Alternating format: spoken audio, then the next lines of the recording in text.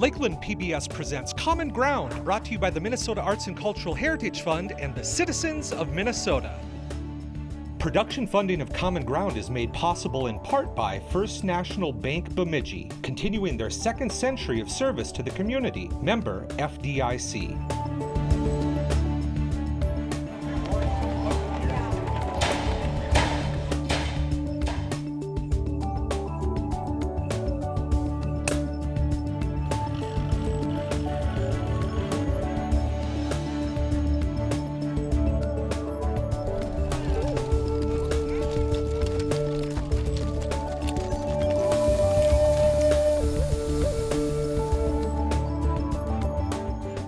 Welcome to Common Ground. I'm producer-director Scott Knudsen. In this episode, Mack of Bemidji leads quilters in a collaborative round robin.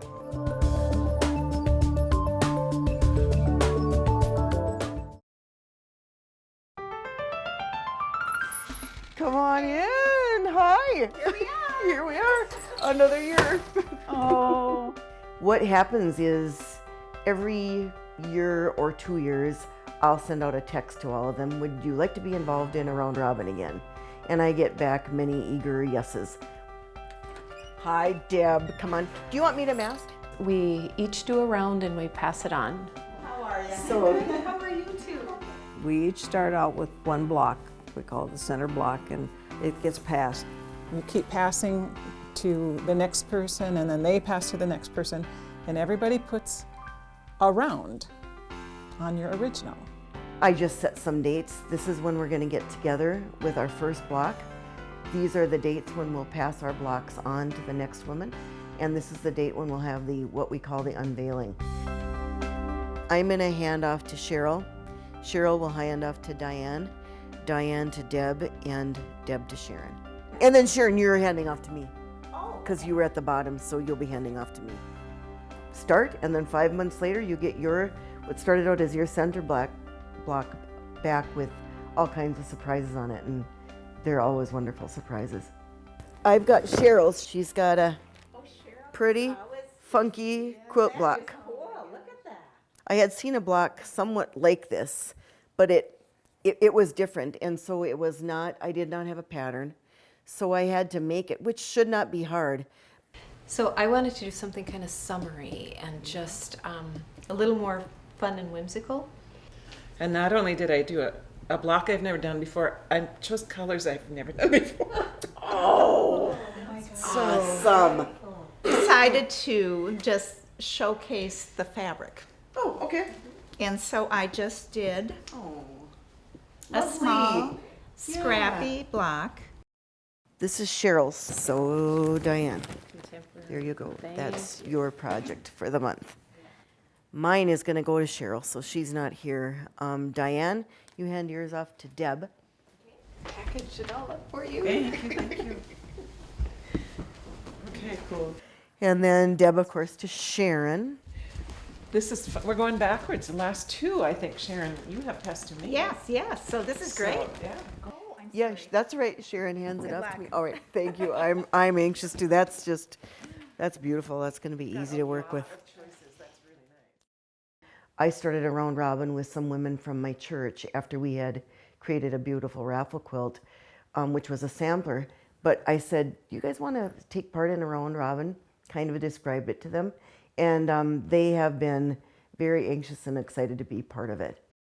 You know, I don't know the history, but I read a novel about round robin quilting. So I had kind of heard about it, but I still had a hard time visualizing how a quilt would turn out even nicely with that many women touching the same quilt. I suspect it's been around for generations. The first couple that I was in, people passed on their block without passing on any fabric with it.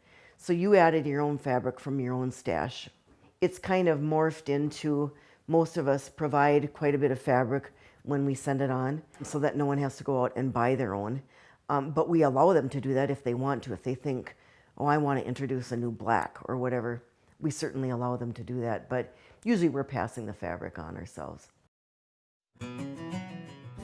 So I created a center block from some material scraps that I had, My center block is really simple. It's just squares, 2-inch squares, and just kind of features the material. I really tried to incorporate most of the fabrics that I sent along with my block, because sometimes it is hard to introduce a fabric if it's not been utilized before, because it just incorporates everything to a greater degree if you can get a lot of fabric in your center. At least that's my idea. It's challenged me to do something that maybe I've never done before. For example, creating a pattern. I've always just bought quilt patterns and went with the directions. And then when I started with round robins, there is no pattern. You have to make your own. And I really didn't have much confidence that I could do that. But after doing a few, I don't buy patterns anymore. You know, I can see it, and it's a challenge, but it's also a joy when it works. You know, it's really intimidating to work on somebody else's quilt, trying to figure out what fits their personality, what they would be comfortable with, and of course, deciding what to do. Sometimes it's really easy, you know, it comes to me right away, like, oh, I know what it needs. And then there's other times that you're going, oh my, I have to think about this. And you know, you only have about a month, so you can't think forever. The ones that I really have to think about, I also feel really rewarded when I'm done, because you know, I put a lot of thought into it. So far, things have worked out pretty well. Probably the round robin is a perfect pandemic project, because there's a lot of time that you spend alone in your sewing room, but you don't feel alone, because you've got the journals of the quilt that you're working on. You kind of are thinking about that person.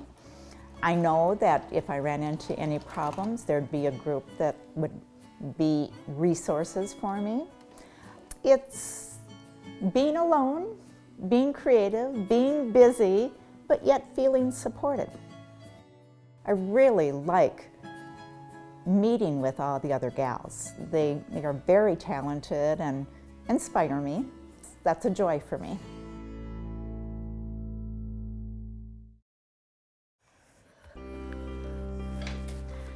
Okay, now starts the fun part. I've got my center block, and I've created these rows to go around the block. And I will start by sewing the first one on. I got this block from Sharon. Sharon hands off to me every month is how it's gonna be. So I'm gonna sew my 1/4 inch seam allowance, and I'm gonna have it be on this side so I can know that I'm hitting the perfect point on that middle block. I really love to bring focus to the center block, the one that she created. So I always like to see the block kind of framed in the first 1 or 2 rounds. In this round, I really wanted to just give it a frame, something simple that doesn't take away from the beauty or distract from the beauty of her center block. The first side is nicely attached, and see how that point just comes out really nicely. I just added a simple checkerboard. I'm using fabrics that Sharon submitted, and these are all batik fabrics, really nice to work with. The artistic challenge is the biggest challenge, but another thing is trying to be courteous and kind to the quilter that's after you. So Sharon gave me a 12-inch block. That's a real common. And what's really nice, what people who don't quilt might not realize, is you like things that are divisible by more than one number, so that the next block you add, you can easily add to it. So then when I add on to it, now it is 16 by 16 because I added 2 inches on each side. The next quilter will have the option of either 4-inch blocks or 2-inch blocks when she adds to it. but when we get together 5 months after the start, so Sharon will have no idea whether I'm going to add an applique block or a bunch of triangles or flying geese. So she won't have any idea what her quilts become until when we have the unveiling. By then it's usually no less than 5 feet by 5 feet, the quilt. So it's a large enough for a wall hanging, certainly large enough you could add more to it to become a bed quilt. So that was the last of 4 rows, and it's always really fun to open it up and see what it's going to look like with that round on it.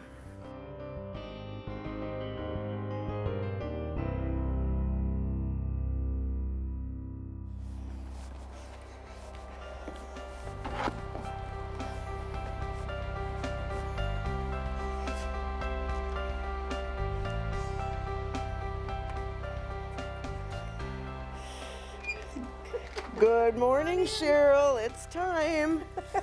This is Sharon Freeze's, yeah. Yeah. Whoops. It's all right, that's just her journal. She did a little block. 12-inch. She did a 12-inch block, and then I didn't add a lot. Okay. So just kind of framed it. I like that. Isn't that pretty? It's beautiful. She uses batiks a lot, and they're always just gorgeous. So That's wonderful. there's the block, and here's the journal. Yeah. Okay. The block I got is this block here, the center of this. It's the square, and then this little squares all the way around it. Someone else did. And then I put it on my wall because I have to look at things for a while and study them, because I had no idea what I was going to do with it, because I loved it the way it was. And it was up there for a while, and then one of the pins slipped, and it slipped. And so then it was on point, which is what I wanted to do with it, I thought, anyway. But being on point, you're going to have bigger pieces to fill in. You know, what I'm doing now is just stitching on the appliques. I don't know why I get to applique all the time, because I do so little of it. When the round robin comes to you and then there's everything square, you kind of want to add something different to it. So that's when I decided I was going to applique, but it took me a while to find a pattern I liked. And these are, you know, not straight lines, so they're curves, so you have to go rather slowly, because as soon as the curve, I have the curve going straight through right now, but this next stitch, it's going to curve, so I have to stop and turn my piece to keep that stitch on the edge. And right now I'm regulating it with my foot, not with anything else, but when you get into a really tight space, you can use your needle up and down, because it'll just go one stitch and you'll know where you're at, if your machine has that ability. Most of the time when you do 4 blocks like that, you make them the same. If you look at Kay's blocks, those little 1-inch squares, she just used 2 colors, and it's beautiful. But because of all the colors, I wanted to use as many colors as I could, so I made every one different, and every part of it different from the other blocks. So that's how I ended up with what I got. And so I just wanted it to move, so you just kind of would move around, and each of the flowers, if you look at them, they're facing the same direction, so you see that circular flow. All the leaves are done, and the center is done. Now I just have the center left and the stem. So I'm done with the colored thread. So that means change thread. It's fun. It really is. I mean, I love to quilt, so, you know, I spend a lot of time in my quilting room. But I work better under pressure than I do, you know, in the first part of the month. I just look at it until something comes to me. You can look at it, you can see a lot of possibilities right away, because if you've quilted for a long time, and all these people have, you know, you could just put any kind of border on something, it would look fine, but it isn't something you want to give to somebody else, I don't think. Okay, we're going to make this one a little bigger than the ones around the little leaves. Well, because you want your work to be good enough to give to somebody else that's going to work on it too. And the person at the end, hopefully they smile, you know, big smiles when they see it, because the reveal is so funny, and it's funny, but that's the only kind of stress. It's not really stressful. It's just, you know, you worry about your work being good enough for somebody else's work.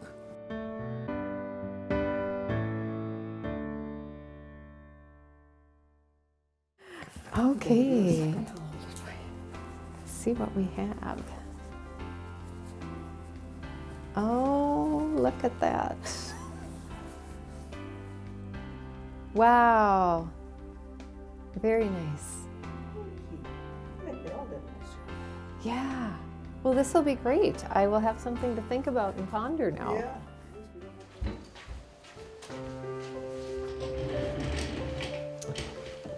Okay. I was invited to do a round robin. This is my fourth one. And Kay invited and organized the group, and we've just learned a lot every single round. I looked at Sharon's center block and I saw the little bias squares. And so I knew I could incorporate what she started with and all the colors and go around and do that celebration of color. And I can look at the block and I see what Sharon did, and I see the pieces that she used that coordinate with the pieces that Kay used, and then I can look at what Cheryl did and I see kind of where that was used. So I think we've worked together long enough that we kind of read each other's rounds. I am sewing my triangle squares, bias squares together to make the rectangle unit. Some pieces just jump out at you. You just kind of know what you want to do next. And then the next one, I've had a few that I didn't have any inspiration until the very last minute. And then it just blossomed. And I'm not sure how that happens, but it does. This one was easy, fairly easy. I've had some that, because of the measurements, are not, maybe they're an odd measurement, and so then I'm not sure what I want to do and how, doing all the math. But they all evolve. They all evolve on their own. I think the challenge is some pieces just, you get it and you just know instantly what you want to do. And the next piece might be something totally out of your comfort zone. So it's kind of letting it speak to you and trying to find out what colors you want to use, if you want to incorporate something new, and then the personality of the owner. You take the risk that what you have in your head will look good when it's all put together.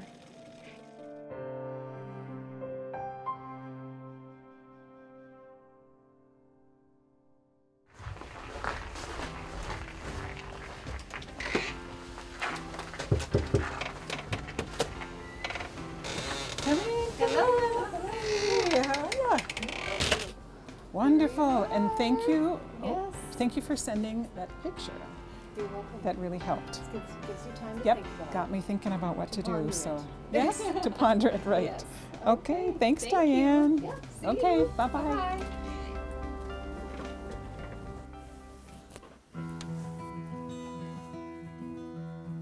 The first thing I do is open the quilt and I put it up on my design wall, where I can just look at it for however long as I want. I usually get a pretty good idea fairly quickly of what I want to do. My favorite part is opening that box or that tote with all the fabric. I just fan out all the fabric, and usually one fabric will jump out at me like, oh, I want to use that one.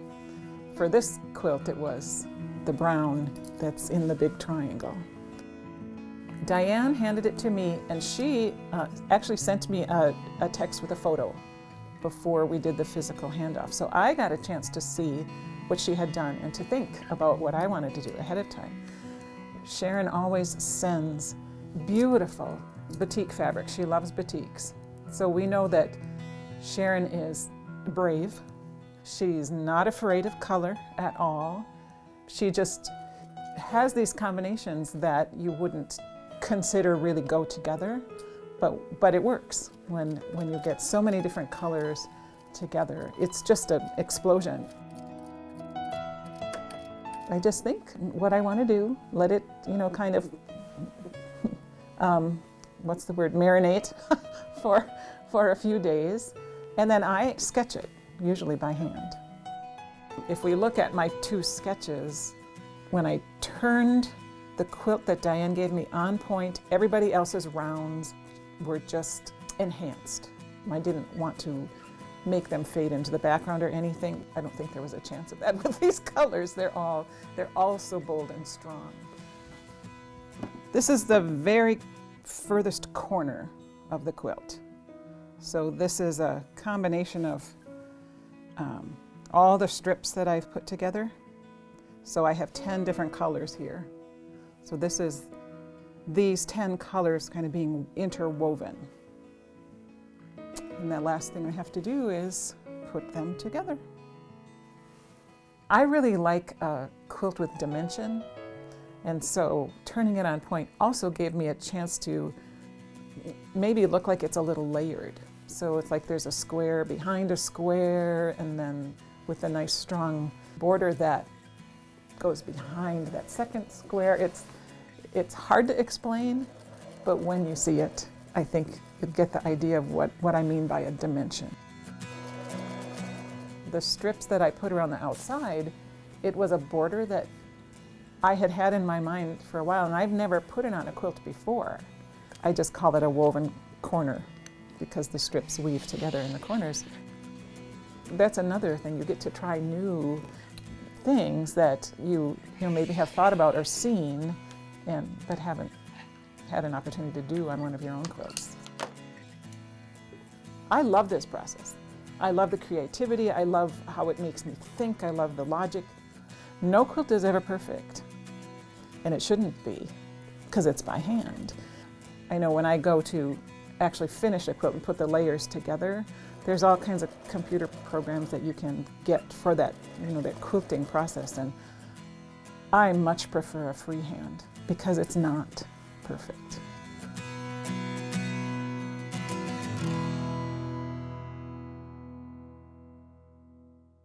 All right, ladies, welcome. We're gonna go in reverse order. So Sharon is going to reveal the last quilt that she worked on. The last person that's worked on the round robin is the presenter to the originator of the block.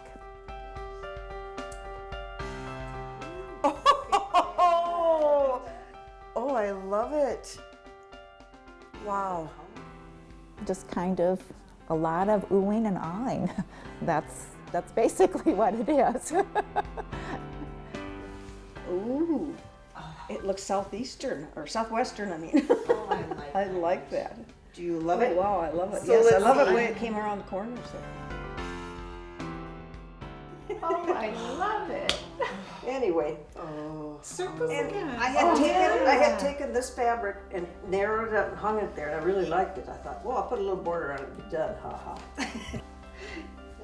Oh my gosh. Oh, is it good? Look at Beautiful.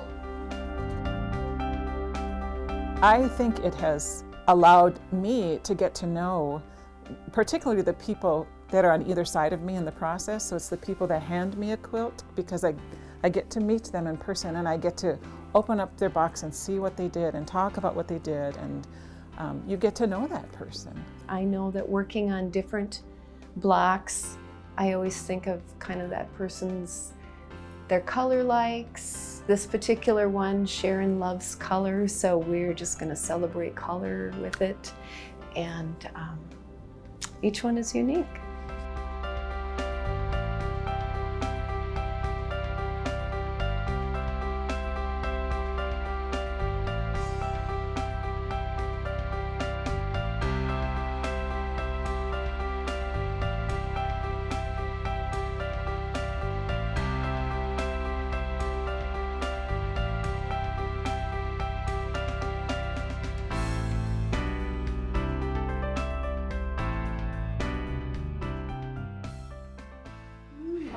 Oh my goodness. That's just beautiful. The one thing with round robins is once you pass it on, you don't know what you'll get back, but it's always spectacular. it's always a fun surprise. And as corny as it sounds, sometimes there's tears because people are so overjoyed with how beautiful it is. And that, I say that sounds corny, it will sound corny to everyone except a quilter probably.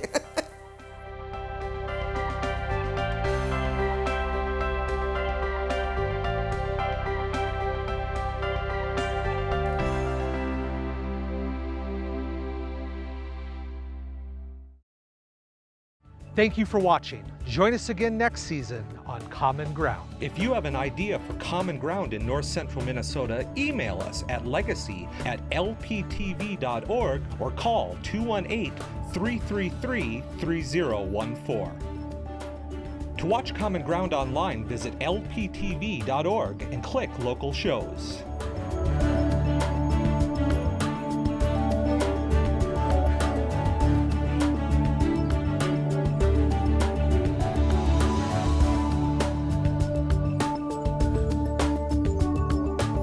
To order episodes or segments of Common Ground, call 218-333-3020.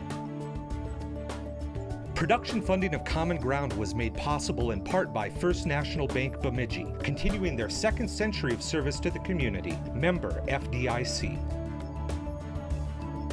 Common Ground is brought to you by the Minnesota Arts and Cultural Heritage Fund, with money by the vote of the people November 4th, 2008. If you watch Common Ground online, consider becoming a member or making a donation at lptv.org.